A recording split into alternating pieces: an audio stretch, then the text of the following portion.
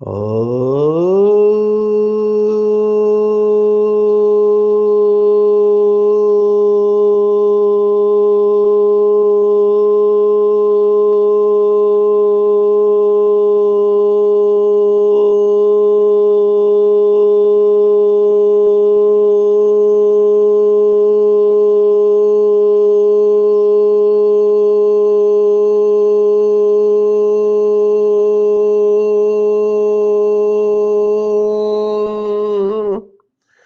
शांति। आज 16 दिसंबर 2024 भारत में सोमवार है। Today is 16th December 2024 and it's Monday in Bharat. आज की मुरली का जादुई रहस्य स्वयं को प्रेरणा देने के लिए magical secrets of today's Murli for motivating the self. आज की साकार मुरली में बाबा ने बहुत बड़ा सीक्रेट खोला हुआ है जिसके ऊपर पहले भी चिंतन तो चला था, लेकिन आज बाबा ने उसको टच किया। मुझे ये बात पता नहीं थी कि बाबा ने इसके बारे में मुरली में सुनाया हुआ है, और वो है रामायण का सीक्रेट। अगर इतने सारे किताब लिखे हुए हैं राम और सीता के बारे में, और अगर इतने किताबों में लिखा है कि सीता को चुराया गया, तो कौन सी सीता को और कौन से राम की पत्नी को चुराया? क्या राम केवल त्रेता वाला था या फिर 12वां राम? क्योंकि त्रेता में 12 जन्म होते हैं, तो 12 राम होते हैं, तो 12वें राम की सीता माना अंतिम राजा की सीता चुराई गई। क्योंकि उस समय पुष्पक विमान तो थे, तो कोई राजा जो बॉडी कॉन्शियसनेस में चला गया और वो दक्षिण के तरफ से आया और उसने राम की सीता को चुराया। ये सब बहुत इंटरेस्टिंग है। आज बाबा ने इसको टच किया तो मुझे लगा हमको इसके ऊपर चिंतन करना चाहिए। तो ये इंटरेस्टिंग बात हम देखने वाले हैं। दो जंक्शन बहुत इंटरेस्टिंग है, कलयुग और सतयुग का जंक्शन और त्रेता और द्वापर का जंक्शन। ये दोनों जगह पे ग्रे एरियाज है, सीक्रेट छिपा हुआ है जो हमको नहीं पता है। तो इसके ऊपर हम देखने वाले हैं, क्योंकि आज बाबा ने ड्रामा के बारे में कहा। विशेष जो अज्ञान है, दुनिया वाले बेचारे अज्ञान नींद में सोए हुए हैं, क्योंकि एक किसी ने गपोड़ा मार दिया कि 84 लाख। अब ये लाख शब्द ने गड़बड़ कर दिया है। लाख और लक्ष्य, ये दो शब्द हमारी बहनें 7 डेज कोर्स में सुनाती है। लाख ये काउंटिंग इंडिया में होता है, और लाख को लक्ष्य भी बोलते हैं संस्कृत में। तो लक्ष्य बोलना था कि 84 जन्मों का लक्ष्य रखना है कि मुझे ड्रामा में आदि से अंत तक आना है। उसको लाख कर दिया, तो लक्ष्य को लाख कर दिया, तो पूरा अर्थ ही बदल दिया। बाबा ने आज की मुरली में कहा 84 लाख जैसे ही आप बोलते हो योनिया, तो फिर लाखों वर्षों की बात हो जाती है। और ये पॉसिबल नहीं है कि इस पृथ्वी पर इतने जन्म हो, पर किसी का दिमाग चलता नहीं है। सत वचन महाराज जो बोले सो सत, उसको क्वेश्चन नहीं करते। हालांकि अभी लोग इसके ऊपर चिंतन करना चालू किया है। हमारे आदरणीय जगदीश भाई ने बाबा की वही बात लेकर eternal drama of soul matter and God ये किताब उन्होंने लिखी है। बाबा ने भी मुरली में ये प्रश्न पूछा था कि भारत की लोक संख्या पिछले 100 वर्षों में कितनी बढ़ी है? जब भारत स्वतंत्र हुआ था तो कितनी लोक संख्या थी, और अभी देखो 142 करोड़ हो चुका है। तो इतनी सारी आत्माएं अचानक कहां से आई? तो ये पिछले कुछ सालों में कितनी आत्माएं लोक संख्या बढ़ी है, तो ये पीछे आने वाली आत्माएं। पृथ्वी की लोक संख्या आप कहते हैं लाखों वर्ष है, तो कितनी होनी चाहिए लोक संख्या? हालांकि वो एक लॉजिक देते हैं कि बीच में प्रलय हुआ और उसमें ये सब मर गए, इसलिए लोक संख्या फिर से कम हुई। ये भी उन लोग का लॉजिक है जो लाखों वर्ष की बातें कहते हैं, लेकिन बुद्धि स्वीकार नहीं करती। बाबा के बच्चे जो देवता धर्म वाले हैं, उनको बाबा की बातें तुरंत टच हो जाएंगी। तो आज ये ड्रामा के बारे में पॉइंट फिर से आई हुई है कि इसको अच्छी तरह से हमको समझाना है, लॉजिकली तर्क से समझाना है।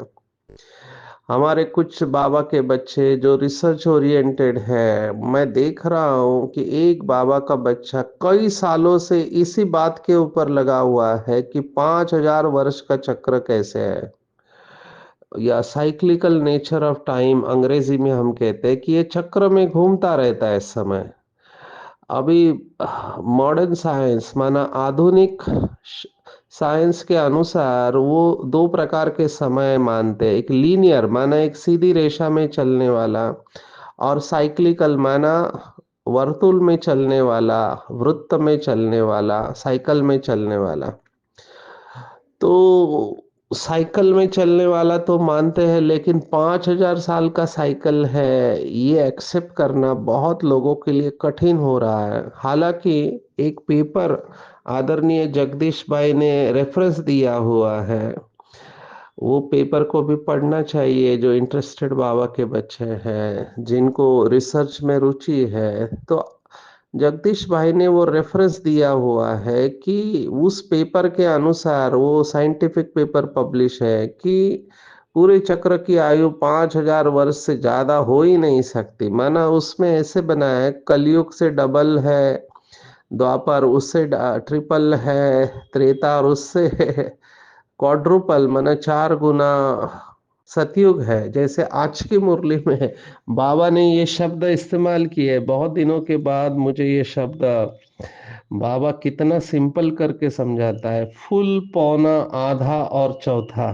फुल माना 100%, पौना 75%, आधा माना 50% और चौथा माना 25%। ये चार हिस्से हैं, कायदेशीर टुकड़ा करेंगे। बाबा ने कहा ये ड्रामा भी कायदेशीर चलता है। आधा स्वर्ग और आधा नरक माना 2,500 वर्ष और 2,500 वर्ष, और उसमें भी सतयुग 1250 और त्रेता 1250। ये कैलकुलेशन बाबा का है। पर उस साइंटिस्ट ने जो 5,000 साल का चक्र, उसमें उन्होंने कहा कि कलयुग 500 साल, उन्होंने केवल 500 साल दिए हैं कलयुग को। सोचो, ऐसे भी बुद्धि चलती है साइंटिस्ट की।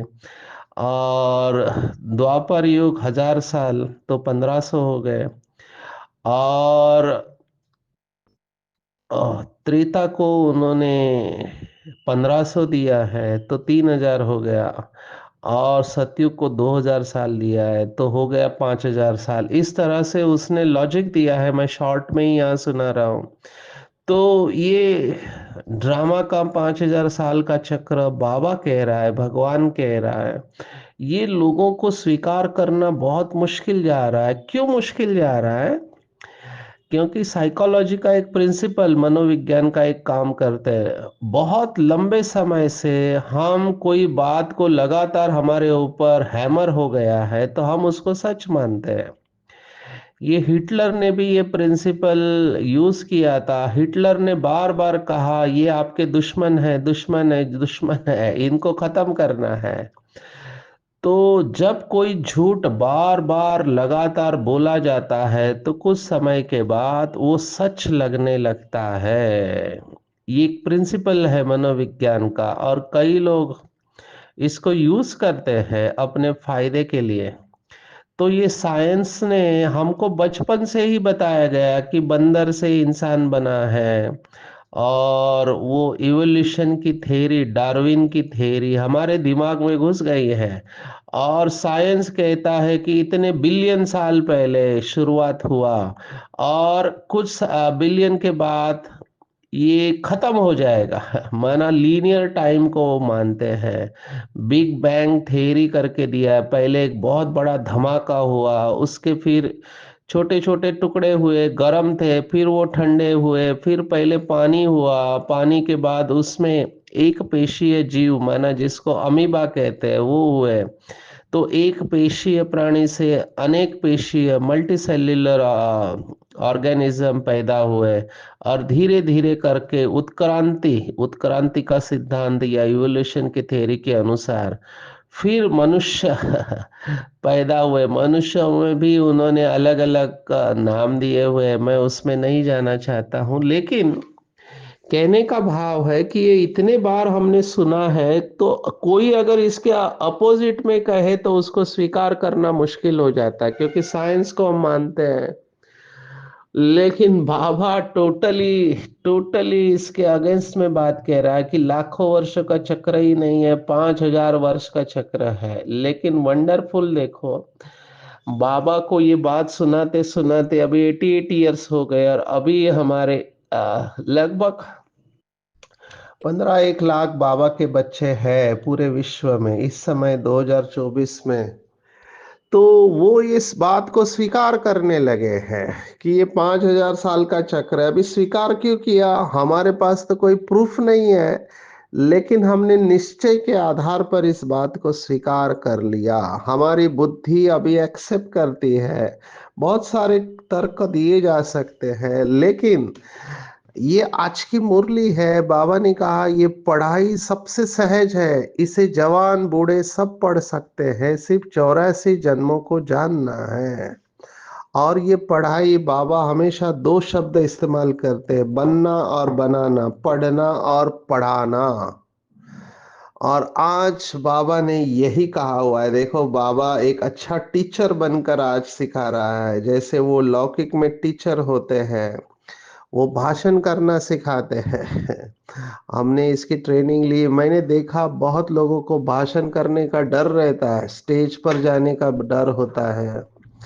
बाकी वो ऐसे अकेले में बहुत सारी बातें करेंगे, लेकिन स्टेज पर जाके लोगों के सामने बोलना, ये हर एक को जमता नहीं है। कई लोगों के अंदर स्टेज फोबिया है, स्टेज फियर होता है। मेरे अंदर भी था लेकिन ड्रामा प्लान अनुसार हिम्मत करके बाबा की मदद से उसको ओवरकम किया है। तो बाबा ने कहा हर एक बच्चे को मुरली चलाने की प्रैक्टिस जरूर करनी चाहिए, क्योंकि तुम मुरलीधर के बच्चे हो। अगर मुरली नहीं चलाते हो तो ऊंच पद नहीं पा सकेंगे। किसी को सुनाते रहो तो मुख खुल जाएगा। देखो, हम सब बाबा के बच्चों का लक्ष्य है बाप समान बनना। और बाबा कौन है? तो बाबा टीचर भी है। तो आज बाबा ने टारगेट दिया है कि बाप समान टीचर जरूर बनना है। जो पढ़ते हैं वह पढ़ाना है। और विशेष कल मेरा इंटरव्यू हुआ। मैं ये 16 तारीख की मुरली 13 तारीख को रिकॉर्ड कर रहा हूँ। अभी इस समय जलपाईगुड़ी में हूँ। तो कुछ बिहार में बाबा के बच्चों ने अच्छी सेवा कराई। वहाँ पे डिजिटल मीडिया नेटवर्क से जो पूरा बंगाल में जाता है, त्रिपुरा में जाता है, उन्होंने इंटरव्यू लिया था नशा मुक्ति के ऊपर। तो उन्होंने राजयोग के ऊपर मुझे पूछा कि ये राजयोग कितनी उम्र से पढ़ाई कर सकते हैं। आज बाबा ने इसका जवाब दिया, छोटे बच्चों को भी यह पढ़ाई पढ़ने का हक है। मैं तो कहता हूँ भारत की परंपरा है कि शास्त्रों में ये बातें लिखी है। अभिमन्यु में माँ के गर्भ में ही चक्रव्यूह का ज्ञान ले लिया था। भारत में ये ट्रेडिशन है कि गर्भवती माता जब होती है तब उसको अच्छी अच्छी बातें सुनाते हैं, उसको शास्त्रों की बातें सुनाए जाते हैं, अच्छे संस्कार दिए जाते हैं। क्योंकि भारत में ये बहुत पहले से ही ये साइंस है। आयुर्वेद में इसको बहुत गहराई से वर्णन किया हुआ है। गर्भ संस्कार कहते हैं।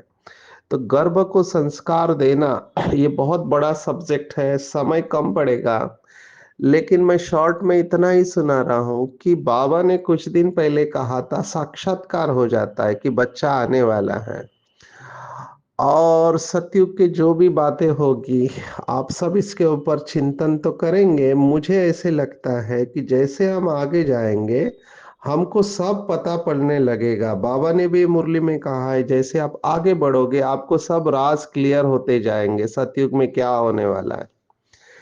तो ये गर्भ संस्कार की बातें हैं, नॉलेज ट्रांसफॉर्मेशन की बातें हैं कि गर्भवती माँ जब सुन रही है तब वो बच्चा भी सुन रहा होता है। तो हम तो गर्भ की बात कर रहे हैं, लेकिन राजयोग अगर सिखाना है तो वैसे हम कहते हैं कि बच्चा जब समझदार होता है, आजकल एलकेजी में पहले 5 साल के बाद स्कूल में डालते थे, आज 3 साल में या 4 साल में ही डाल रहे हैं।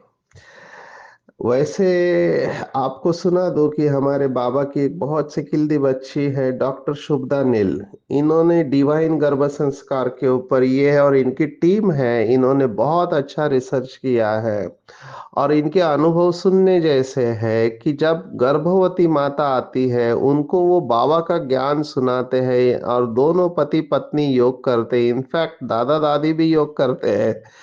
तो उसका रिजल्ट इतना अच्छा है, नॉर्मल डिलीवरी है, कोई दर्द नहीं है, और वो बच्चा इतना शांत होता है। तो इन्होंने इसके ऊपर बहुत काम किया हुआ है कि माता अगर राजयोग का अभ्यास करती है तो बच्चे इतने दिव्य पैदा होते हैं, क्योंकि डायरेक्ट भगवान की शक्ति उनके अंदर जा रही है, उसको वाइब्रेशन देते हैं।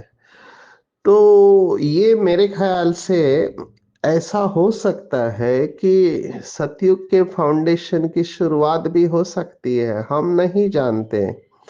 ये ग्रे एरिया है, लेकिन एक बात तो जरूर है, बाबा ने कहा एडवांस पार्टी की आत्माएं। अभी ये भी ग्रे एरिया है, आज हम 2-3 ग्रे एरिया देखने वाले हैं, समय कम पड़ेगा। एडवांस पार्टी की आत्माएं जो देवताई शरीर को जन्म देने वाले हैं, वो साधारण आत्मा तो नहीं होंगे। बाबा ने कहा जो श्री कृष्ण को जन्म देंगी, श्री राधे को जन्म देंगी, उनके अंदर कितना योग बल होना चाहिए। तो यहाँ से जो हमारे योगी आत्माएं गए हैं, हम नहीं जानते उसमें से कौन है जो श्री कृष्ण को जन्म देने वाला है या श्री राधे को जन्म देने वाले हैं।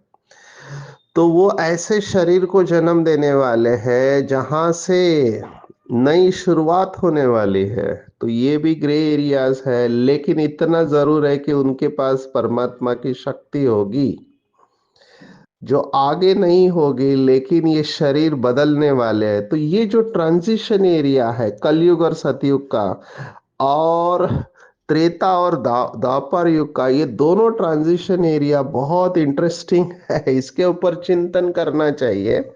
कि अभी हमारा शरीर, जैसे आप सब जानते हैं बच्चे कैसे पैदा होते हैं, और ऐसा क्या होता है सडनली कोई एक जनरेशन ऐसे शरीर को पैदा करते हैं, उनके अंग ही अलग है।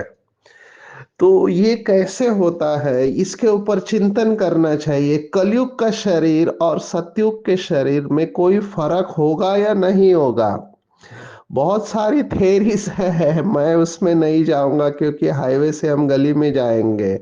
बहुत एक्साइटिंग एरिया है कि सतयुग के शरीर कैसे होंगे। हमने फोटो में लक्ष्मी नारायण का फोटो देखा है, लेकिन हम बाहर से जानते हैं, अंदर से हम नहीं जानते हैं। एक पॉइंट केवल बाबा ने हिंट दिया था कि सतयुग में जो प्यार होगा वो मुख का प्यार होगा।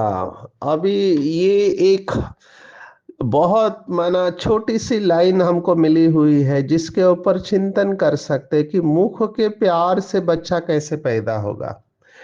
तो इसके ऊपर भी बहुत लोगों ने चिंतन किया हुआ है। मैं इस सब्जेक्ट को यही छोड़ता हूँ, आगे चलते हैं कि जो जंक्शन की बात कही है मैं उसको ही लेना चाहूंगा, क्योंकि ये भी चिंतन का विषय है।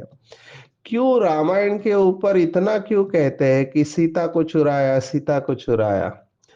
अभी बाबा ने कहा, देखो बाबा के शब्दों को पहले लेते हैं फिर अपना चिंतन सुनाएंगे। बाबा ने कहा हर वर्ष बनाते और जलाते हैं, जरूर ये बड़ा दुश्मन है, परंतु दुश्मन कैसे है ये कोई नहीं जानते। वो समझते सीता चुरा ले गया इसलिए शायद दुश्मन है। राम की सीता को चुरा ले जावे तो बड़ा डाकू हुआ ना, कभी चोरी की। त्रेता में कहे व त्रेता के अंत में इन बातों पर भी विचार किया जाता है। फिर बाबा ने कहा कभी चोरी होनी चाहिए, माना बाबा एक्सेप्ट कर रहा है कभी राम की सीता चोरी होनी चाहिए। फिर बाबा पूछ रहा है कौन से राम की सीता चोरी हुई। राम सीता की भी राजधानी चली है क्या? एक ही राम सीता चले आए हैं क्या? यह शास्त्रों में एक कहानी लिखी हुई है। विचार किया जाता है कौन सी सीता। 12 नंबर होते हैं ना, 12 नंबर, माना 12 राजा होके गए त्रेता में, तो 12 नंबर होते हैं ना राम सीता। तो कौन सी सीता को चुराया? जरूर पिछाड़ी का होगा। देखो बाबा पूरा कह रहा है जरूर पिछाड़ी की सीता चुराई होगी। यह जो कहते हैं राम की सीता चुराई गई, अब राम के राज्य में सारा समय एक का ही राज्य तो नहीं होगा, जरूर डायनेस्टी होगी। तो कौन से नंबर की सीता चुराई, यह सब बहुत समझने की बातें हैं। अभी इसके ऊपर चिंतन करेंगे। बाबा ने दो हिंट दिया है। बाबा ने पहला हिंट दिया है कि जरूर पिछाड़ी का होगा जिसकी सीता चुराई गई। दूसरा, और जरूर डायनेस्टी होगी, माना बहुत राजा थे उस समय। तो आप सोचो ये त्रेता खत्म हो रहा है, माना प्यूरिटी की पावर खत्म हो रही है और इम्प्यूरिटी चालू हो रही है। तो 12वां राम प्यूरिटी की पावर वाला, पावर खत्म होते जा रही है, बॉडी कॉन्शियसनेस में आ रहे हैं, और एक ऑलरेडी बॉडी कॉन्शियसनेस में है। तो वो बॉडी कॉन्शियसनेस वाला ये काम करेगा, माना आप सोल कॉन्शियसनेस से बॉडी कॉन्शियसनेस की तरफ जा रहे हैं और पूरा देह भान और अभिमान से भरा हुआ, और उसकी नजर पड़ती है सीता के ऊपर और वो उसको उठा के लेके जाता है। अभी इसको शास्त्रों के साथ भी कनेक्ट करेंगे। स्वयंवर था, वर्तमान समय का रामायण कहता है कि रावण शक्तिशाली था और वो स्वयंवर में आना चाहता था सीता के, लेकिन उसको किसी ने गलत इंफॉर्मेशन देके स्वयंवर में जाने से रोका, और तभी राम ने स्वयंवर में सीता को जीत लिया। ऐसे कहानी है। तो उसका गुस्सा रावण के ऊपर था, और ये भी बात बताते हैं कि रावण ने उसका बदला लिया कि मेरी होनी चाहिए थी, लेकिन मुझे गलत बात बता के, झूठ बता के मुझे स्वयंवर में आने से रोक दिया। तो ये सब जो शास्त्रों में कहानियां हैं उसमें रास तो कोई डेफिनेटली है। हमको इसके ऊपर भी चिंतन करना चाहिए। जैसे आज दो रिसर्च के पॉइंट आपको बता रहे, एक कि अभी कलयुग का शरीर बदल के सतयुग का शरीर कैसे होगा, ये एक रिसर्च का सब्जेक्ट है। दूसरा, त्रेता में इसके टोटली अपोजिट जो पवित्रता से जन्म देने वाले हैं, वो कलयुग का माना पतित शरीर कैसे ट्रांजिशन होता है त्रेता से द्वापर युग। इसलिए एक ग्रे एरिया है। विनाश दो बार होता है, एक कलयुग के अंत में होता है और एक त्रेता के अंत में होता है। ये भी चिंतन की बात है, इसके ऊपर हम सबको चिंतन करना चाहिए। मैं ये सब कह के यहाँ पर इसको पॉइंट्स को रोकता हूँ कि जो भी होना होगा वो ड्रामा प्लान अनुसार होगा और हमको पता चल जाएगा। अभी हमारे हाथ में क्या है? अभी हमारे हाथ में है पुरुषार्थ करना। और कौन सा पुरुषार्थ करना? तो बाबा ने कहा योग और पढ़ाई माना एजुकेशन दोनों खिसकने वाले हैं। तो खिसकने वाले बाप को याद करना है। कल हमने देखा था कि पारे मिसल बाबा की याद है, ये पारा भी खिसक जाता है। आज बाबा ने आत्मा के बारे में भी कहा है, परमात्मा का भी ज्ञान दिया है। देखो बाबा कैसे एक एक बिलीफ को खत्म कर रहा है। कहते हैं वो हजारों सूर्यों से तेजोमय है, अभी ये बिलीफ है। तो बाबा ने कहा ऐसे नहीं, बाबा नीचे है तो बिंदी है और ऊपर जाता है तो बड़ा हो जाता है, जैसे जैसे ऊपर जाता है साइज बढ़ते जाती है। ये भी एक बिलीफ है। बाबा ने उसको भी खारिज कर दिया है कि ऐसे कुछ नहीं होता है, मैं बिंदी ही रहता हूँ, ऐसे नहीं ऊपर जाता हूँ तो बड़ा हो जाता हूँ। माना मेरे सामने जब बाबा ये कह रहा था, विजुअलाइजेशन आया। वो लोग ब्रह्म को भगवान कहते हैं।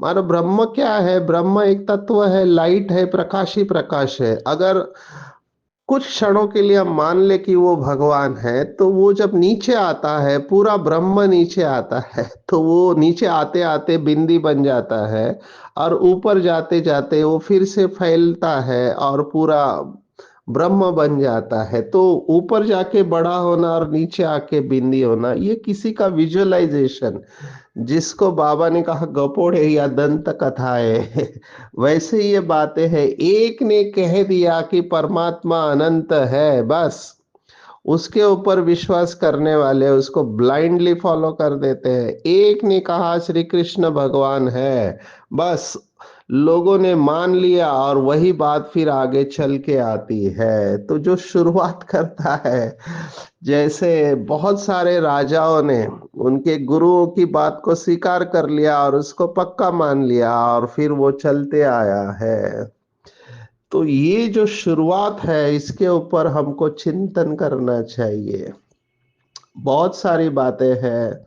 आज लक्ष्मी नारायण के लिए भी बाबा ने एक गहरी बात कह दी है। देखो, हमेशा बाबा मुरली में कहता है कि लक्ष्मी नारायण माना भगवान भगवती है, गॉड्स एंड गॉडेसेस, ये दो शब्द। लेकिन आज बाबा कह रहा है लक्ष्मी नारायण जो पूरे 84 जन्म लेते हैं, उनको भगवान भगवती नहीं कहा जाता।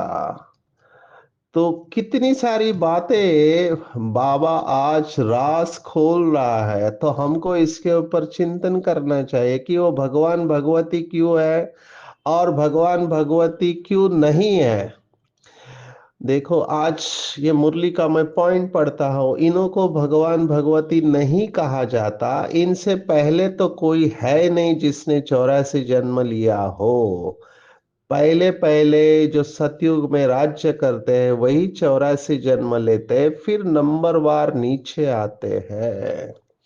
तो ये सब चिंतन की बात है। और एक बाबा ने चिंतन की बात दी है कि रावण के बुत को जलाते हैं, लेकिन उसकी जो पत्नी है मंदोदरी दिखाते हैं। तो मंदोदरी का भूत जलाए ऐसा कभी देखा नहीं है। तो बाप समझाते यह है झूठी माया झूठी काया, अब तुम झूठे मनुष्य से सच देवता बन रहे हो।